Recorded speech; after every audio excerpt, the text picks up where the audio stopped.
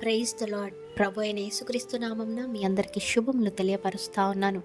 ఈ యొక్క వాగ్దానాలచే మీరు ఆదరింపబడినట్లయితే తప్పకుండా ఇతరులకు షేర్ చేయడానికి ప్రయత్నించండి. ఈ వీడియో చూస్తున్న మీలో చాలామంది కూడా అనుకుంటూ ఉండొచ్చు కదా, నేను దేవుణ్ణి నమ్ముకున్నాను కదా, నేను మంచి విశ్వాసురాలిని కదా, విశ్వాసుని కదా, సేవకుణ్ణి కదా, నాకే ఎందుకు ఈ కష్టాలు, ఈ నిరాశ, బాధలు, ఇరుకులు, ఇబ్బందులు, అనారోగ్యాలు, ఆర్థిక ఇబ్బందులు, అసలు ఏంటి ప్రభా ఈ శ్రమలు అనేసి చాలామంది కూడా అనుకుంటూ ఉండొచ్చు.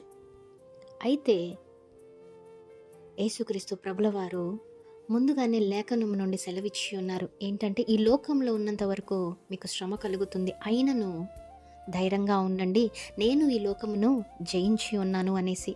ఈరోజు మీరు ఎదుర్కొంటున్నటువంటి పరిస్థితులు ఎంత కఠినంగా ఉన్నా నిరాశపడకండి. యేసుక్రీస్తు ముందుగానే చెప్పి ఉన్నారు, శ్రమలు ఉంటాయి అనేసి. అయితే అదే సమయంలో దేవుడు చెప్తా ఉన్నాడు, ధైర్యంగా ఉండమని కూడా ఆజ్ఞాపిస్తున్నాడు. ఎందుకంటే ఆయన ఇప్పటికే లోకమును జయించి ఉన్నాడు కాబట్టి.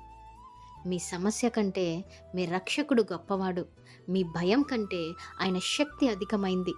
కనుక ఈరోజు ప్రభువు మీ హృదయానికి సమాధానమును, మీ ఆత్మకు ధైర్యమును, మీ జీవితానికి విజయమును ఖచ్చితంగా అనుగ్రహిస్తారు. నమ్మండి, విశ్వాసం ఉంచండి, ధైర్యంగా ఉండండి.